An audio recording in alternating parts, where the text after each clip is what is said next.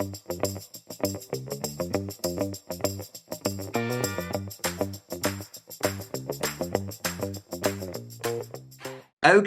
hello everyone, and welcome to Debra and Peter are doing a podcast with the twins, Peter Wanless, me, and Debra Allcock Tyler, you.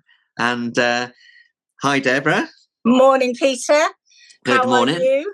I'm very well. Since we were last together, I have been to the races at Cheltenham, the Cheltenham Gold Cup, and I think at the end of our last episode, you suddenly announced that you were I don't think you said you're anti-horses, but you're anti-horse racing. So you probably don't approve of what I was up to. It's the first time I've ever been to Cheltenham. It was a very interesting sociological experience. It was excellent hospitality, courtesy of the Jockey Club, and it was a fashion experience as well. I must say, as you know, I can dress for most occasions, but I haven't really got a kind of wardrobe for country living. So there was a lot of green tweeds and flat caps, and I didn't spot Nigel Farage there, though apparently he was, probably because about a third of the people present on the course looked like they were dressed as him. But so have you ever been to the races? What don't you like about it? And what would you wear if you were going to attend? Well, I've been to Ascot once with a gang of friends and I absolutely hated it. I hated it mostly because it was noisy, crowded, and people were absolutely pissed. And that I don't like being in those sorts of crowds. Well, it's not horse racing per se, because horses clearly love to race, and that's fine. What I really don't like is this notion that these people who purport to love animals and love horses, I love my horse, will enter them into races where they could possibly die. That's what I don't understand. And they often do. Like, the Grand National, was it three horses died last year? I don't know how many were injured seriously, but 3 of them were died or had to be put down. I don't know if anybody died at Cheltenham, Peter. I don't know, but that's what I don't like about it. I don't understand why you would put an animal who can't make a conscious choice about this. So those horses do not know. You could lose your life in this race. If they knew it, the human being does it. If they choose to do something that could kill them, like, I don't know, bungee jumping or boxing or whatever, then fine, because you're making a conscious choice. It's your choice. But I just don't like this notion that we put these creatures that we purport to love in positions of danger. I think about Arthur. There's not a cat in hell's chance I would put my dog anywhere near anything that could possibly hurt him, knowingly, in order to make money or to be glorious or to have a reputation. So that's what I dislike about it. It's not horse racing per se. It's those races where horses could lose their lives. I just don't get it. Yeah, I mean, they're incredible athletes, these horses, and they're kind of born and bred to run. I happen to know, because there was a fatality in the Gold Cup race itself, which is tragic. There've been 16 horse deaths in, I think, the last 20 years or something at Cheltenham races, and there was Cheltenham. Yeah, but that's over a considerable number of races over a considerable number of years.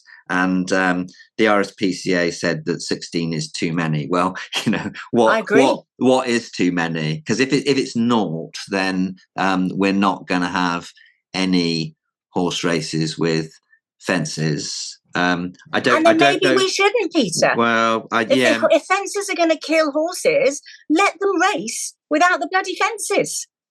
It's not horse racing per se. I can see they're beautiful, magnificent creatures. They look amazing when they run, and they clearly love doing it. But if you're going to put an obstacle in their way just for your glory, which is going to potentially kill the horse, don't do it. Just have flat horse racing. There's plenty of those around. Well, I think that's a legitimate opinion to have, and I'm not a spokesperson for the Jockey Club, but I do know that there are people that put an incredible amount of time and effort and work into the welfare of those elite horses, because even if they were driven solely by money, a dead horse is no use to them at all. Exactly. So why do it, Peter? Why put all that time, effort, and energy into producing these beautiful creatures and then put them in a position where you could kill them? Anyway, yeah. I've made my feelings known. It's not horse racing per se. It's putting any animal in a position where they could die, where they don't have a choice in that. And I just don't like that. And have you got a tweed outfit that you could have worn to Cheltenham? No. I'm not a fan of tweed particularly. I mean, I like all sorts of fashions, but no, I'm not. Tweed doesn't suit me. It's heavy, it's thick, and I'm a short, round woman. You know, we should generally avoid tweed in my experience. When I was at the NSPCC, we had a clay pigeon shoot at Windsor, and that was the first time I'd ever shot a gun, and that's a whole other story. But the dress code for that was smart country living or something like that. And again, I struggled a bit because it makes my teeth. Well, ache. You have there's a look for different situations, isn't there? And I like to look. I'll try anything once. I might have to put up the picture of me with my spatchcocked together country living outfit alongside Anna Friel, who is a resident of Windsor and was also present. And that was a very dreamy moment for me as someone who grew up with Brookside. Yeah, we must another time have a conversation about how clothes themselves can reinforce social inequality and social barriers. But that's I feel like we've done a lot on clothes. To talk about, eh? I feel like we've done a lot on clothes. We've done a lot. Well, we both love clothes, Peter. So, if listeners don't like it, they don't have to listen. Which reminds me, I must tell you, I was doing the closing keynote at the Institute of Chartered Accountants of England and Wales charity lot yesterday. There were about 250 of them. And it was, I love accountants, I absolutely love them. But as I was leaving, somebody came beetling up to me and said, "Oh, can I just say, I absolutely love your podcast. It's a bright light in what can sometimes feel a very gloomy week." Completely out of the blue, Peter. So how pleasing was that? Lovely. I've had a couple of conversations also since last week where people have mentioned the podcast to me. I don't know if it's a bit like, people who wanted to ingratiate themselves with me would talk to me about some random cricket score back in the day, and now they know that if they mention the podcast, I'm going to beam and be really like. But there was one conversation where, yes, we were midway through it, and they referenced a conversation we'd had in a previous podcast, and I thought that was pretty natural. So we're not on our own. There are some people that are still listening, which is a good thing.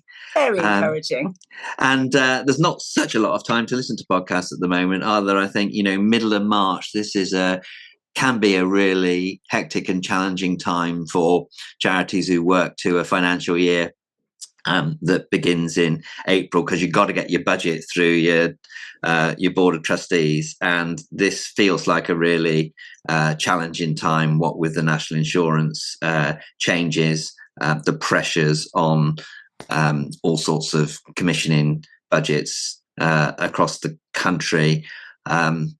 Balancing the books at this particular moment in time can be all-consuming, and I sort of feel a bit depressed that in the national debate about the spending review, which is coming up and is supposed to be about the kind of outlook for the whole Parliament and beyond, a lot of the discussion about that has seems to have fallen right back down to balance in the books, and we can either do this or we can do that, as opposed to creating a real vision and sense of purpose for what we're trying to achieve as a nation. There's a long-term sort of set of slogans or missions, and then there's a very short-term, does it all add up? And somewhere in the middle, I don't know, it feels there's something a bit missing. Well, we've said this before, though, haven't we, Peter?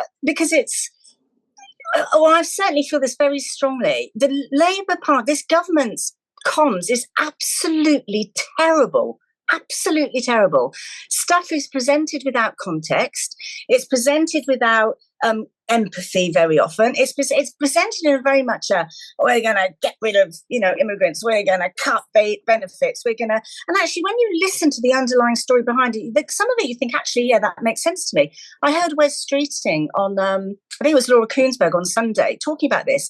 And when I heard him explaining the thinking behind it and all the rest of it, I thought, you know what, actually, a lot of that makes sense. He talked about people trapped in the benefit systems who really do want to get to work, so many people are abandoned by the system, and so I just thought, actually, that a lot of that does make some sense, but it's just the messaging is all about all these people sponging off the state. That's the subliminal messaging. And I'm sure that's not really where it's coming from, but it's almost like that's the comms they're giving over because that appeals to a certain section of society. And I find it, I just really want to get their comms team and just say, for goodness sake, you've got to change the messaging. You can put across unpalatable messages in a much more effective way if you're explaining the rationale behind it and actually and you hardly the stats are always negative stats, all the size of the welfare bill, as opposed to how many people are supported by it and where the money is being wasted in that we're not helping people to get back into work, etc. I just think they could have commented it a lot better. Anyway, I don't know what you think. Yeah, well, I think that the whole narrative around the importance of work and spending, creating the conditions for more people to spend more of their time receiving a wage than sitting on benefit has got which most people want. Lost.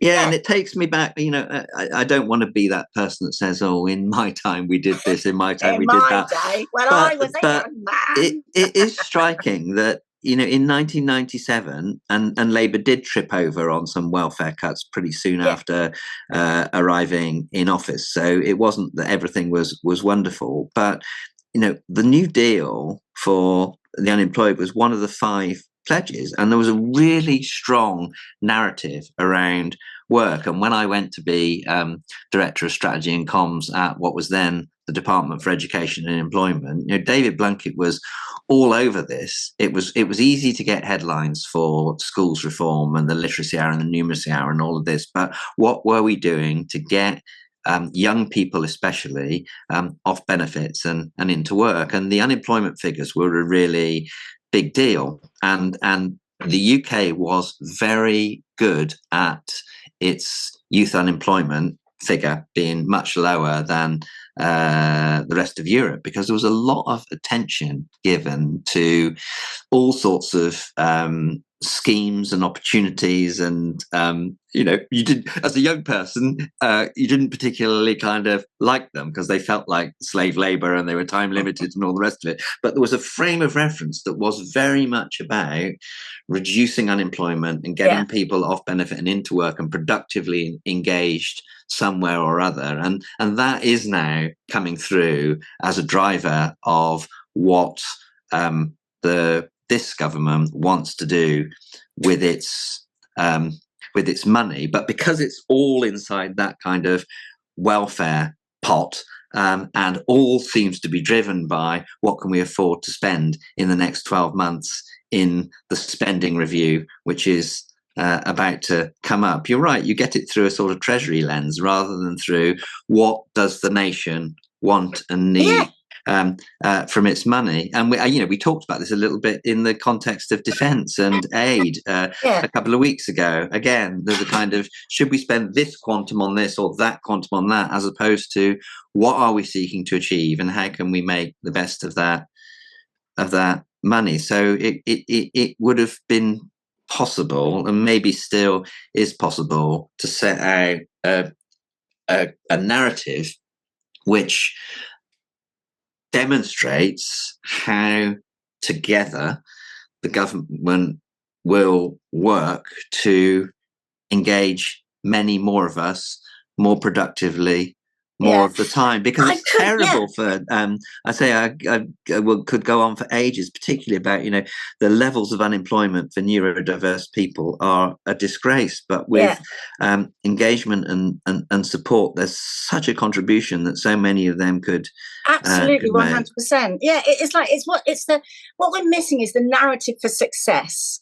What is the world, rather than we're going to make cuts because we're going to save the taxpayer money, what's the narrative for success? Like, by doing this, we are going to have all of these young people are going to be in work. We're going to have people feeling fulfilled and all. That's the narrative we need, which actually segues beautifully for me, Peter, into this whole kind of, a sort of cultural narrative again, of failure, of like nothing works and it's all terrible and it's all awful. And I don't know if you've seen the program Adolescence, which everybody's talking about now. I personally haven't, but I've seen a lot of the commentary about it. And being me, you know, I want stats and data, because I sort of, all of the commentary around it has been all these young boys who are dreadful, they're going to go off the rails, that, you know, that all things are going to go wrong. It's so dangerous. It's such a terrible world. And I thought, well, okay, this is one fictionalized story about, you know, this one particular young child. And so I wondered, what is actually the scale of the problem? Let me go and have a look at the numbers. So I went and had a look at the stats. And what I discovered was that in 2015, something in the region of 22,500 young boys were entered into the criminal justice system. But in 2025, that number was reduced to 6,900. So clearly something's happened in those 10 years that has enabled that figure to be less. Now, didn't have time this morning to go and do more research into it. What I thought about this was, the trouble with this constant negative, it's all bad, it's all terrible, it's all broken, is it sort of leads it to our charity sort of thinking, well, what's the point of our work? If nothing we do is making a difference, if the NSPCC has made absolutely no difference whatsoever to child abuse figures or support or anything, what's the point of it? You know, and actually, and I think that's part of the problem, in that we're actually not looking at the successes that we've had, the wonderful things that have happened, the things that we have fundamentally and profoundly changed in life, because we're constantly focusing on, you know, and it's the media, isn't it? It's like this one figure, and then there's this big discussion about how, you know, all of our boys are terribly, horribly at risk, and we need to absolutely, they should never be allowed on social media. In fact, you know, if you listen to some people, don't let them out of the house between the ages of 15 and 25, because that's when they're most likely to commit crimes. And so I don't know what you think about that, but I don't want to minimize the risk and the worry the parents have, because I get that. But also because people don't put the context and the statistics, and they don't show the successes. Yeah. I think it just gives such the wrong message, and then we end up getting hyper vigilant and hyper terrified about things that actually are improving. I don't know what you think. Well, this is a bit cheeky, but I'm pretty confident that there are a lot fewer racehorses being killed over fences than there were some years ago. Yeah. So your fatalistic narrative around horse racing might be a victim of your own little speech there. I don't know. I might look that one up. But I have.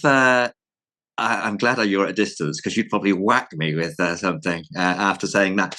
But I have watched Adolescence, and it's brilliant. And if you haven't seen it, I would really recommend you and others to watch it, because it's a brilliant. It's a brilliant story, and it does have some important messages. But also, as a piece of drama, it's tremendously well written. I do agree with you about the fatalism point, and there's a lot of excellent research work that's been done by Frameworks UK around this. They're led by Kate Stanley, who's a former policy director at the NSPCC, and they research narratives and the way in which these land with the public. And there's a lot of evidence that if you bang on and on and on about the devastating nature and scale of child abuse, you just put people off, because exactly as you say, Deborah, it's impossible, so there's nothing we can do about it, which isn't true. The number of children who've been killed at the hands of other adults is way, way lower than it ever has been. It's still too many, in the same way that the RSPCA say 16 horses killed at Cheltenham are too many. But it doesn't help.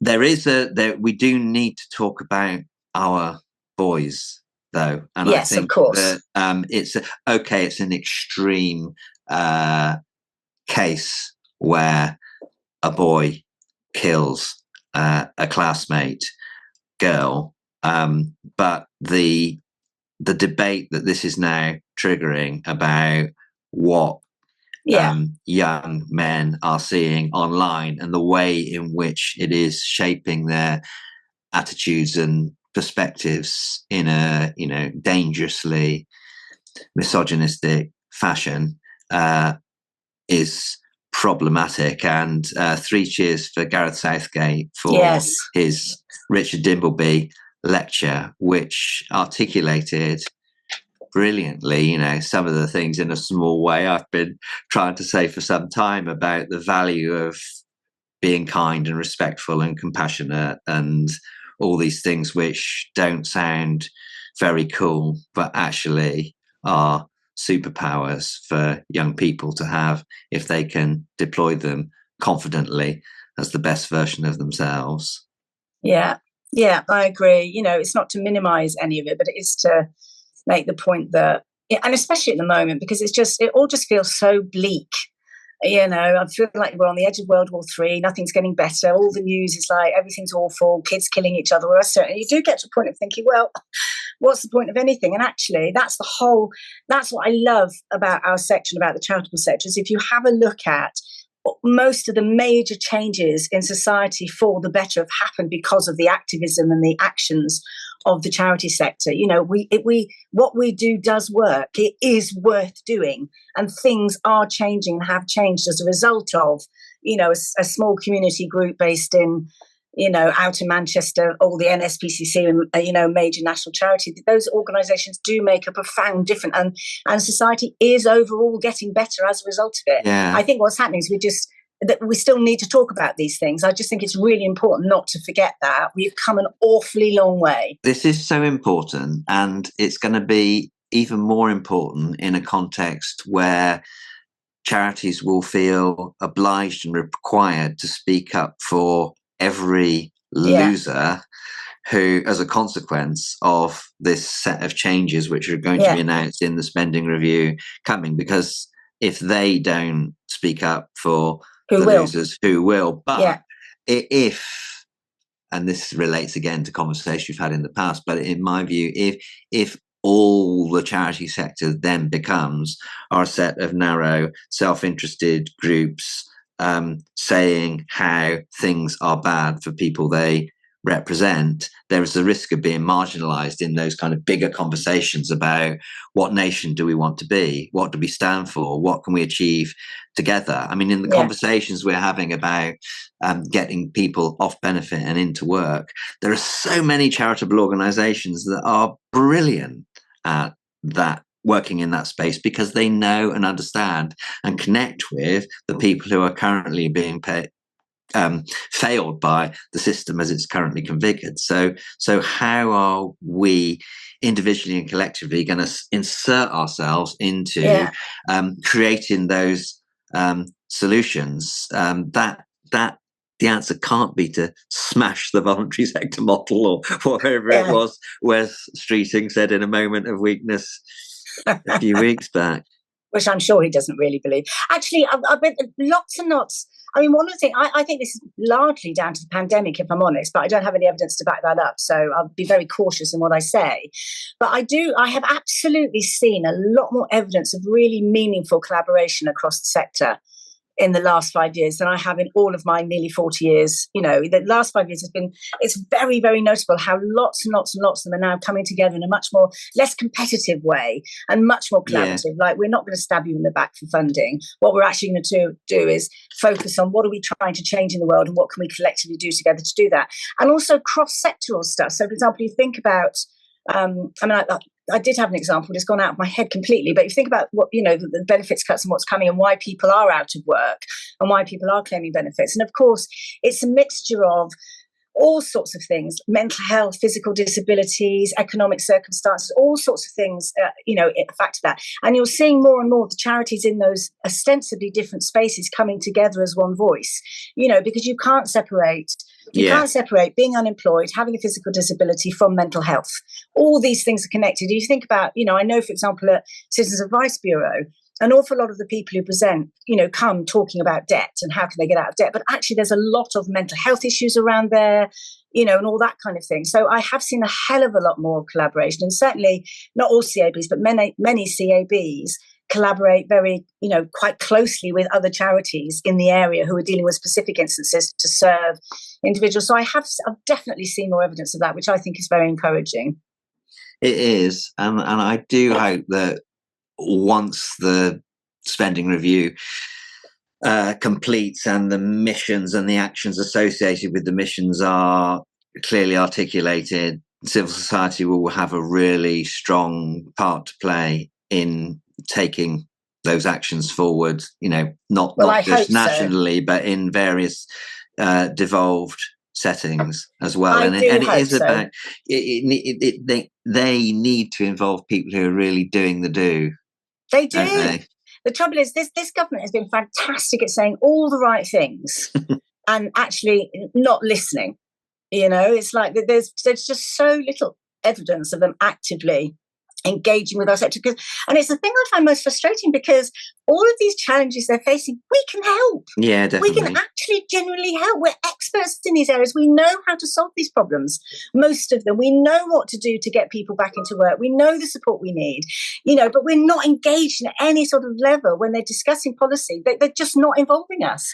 And they're absolutely nuts not to, because what we do works. Otherwise, we wouldn't exist, And it's easier to have, more productive to have the conversation in the context of a frame where we share what it is people are seeking to achieve, and then mobilise behind it, as opposed to saying, well, we haven't got £200 billion, we've got £198 billion, and therefore let's spend our time concentrating on the 2 billion that isn't there and all the people that are going to. It's all about cuts, money. It's like, no, where's the vision? Where's the hope? Where's the.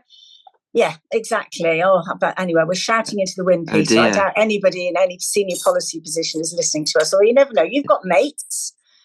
Send them the link to the podcast. You must still have mates in the government, Peter. We're relying on you. I'm not quite sure how that works. I had last week, actually, I was wearing my Cabinet Office leadership steering group hat.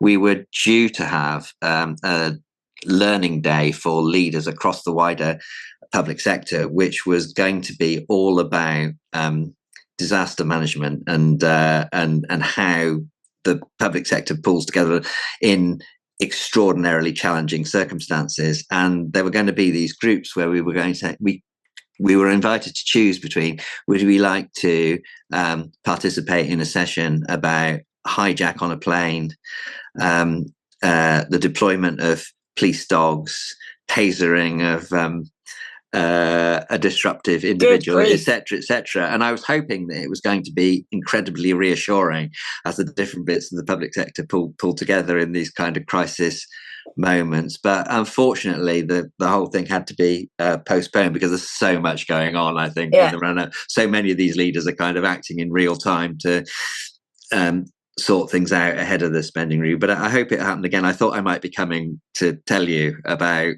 how the nation pulls together in moments of crisis, and we could all be reassured in those sorts of situations. But sadly, it wasn't to be. I did have some lovely visits, though, to some schools in Oxford, and met young people and listened to them about their education and what was going well and what was going less well for them, which is always incredibly uplifting because they're full of hope and full of ideas. And I sat with a group of sixth formers, including one girl from Russia and one girl from Ukraine. And together, we talked about what they were doing in their post-16 qualifications. And it was refreshing and uplifting and challenging all at the same time. Yeah, young people aren't broken. They're not awful. They're Definitely not dreadful. Not. However, we absolutely 100% need to do, a lot more to support them and, help them to be able to achieve and be, and be the dreams they want to be. I mean, there's no question about that, but it's just narrative of like the dreadful youth of today. That's been, I'm sure I've said this before, Peter, but I went and looked back I came across a thread anyway where somebody had gone back right to the very first time we had printed pamphlets. And it's been literally every decade of every century, there's a letter or an article about the youth of today, going right way back to, I don't know, the early 1700s, like young people today don't appreciate, they've got no respect. And like literally every single decade in every century, the same narrative has been gone. If you and I ever get to that place, Peter, I think we should be, put on a horse and sent around Ascot or the Grand National or something. Well, we've mentioned him before, but our dear friend and listener Simon Lancaster's book, You Are Not Human, catalogues how language is used to demean and marginalise young people. Actually, if I was in an Labour Party, I'd be unproductive way. getting Simon Lancaster in to give them some advice about how to deliver their comms. There you go. Definitely. I don't suppose they can afford him. Yeah, too broke. Oh, well, I think we've probably run out of time now, have we? Yeah, there was so much more to discuss as well, but as always, enlightening, Peter. Yes, it was. And so we'll leave you there. Thanks very much. Enjoy the rest of the week. More to see you next time. Yeah, more to come next time. Thanks, everyone. Bye. Thanks. Bye.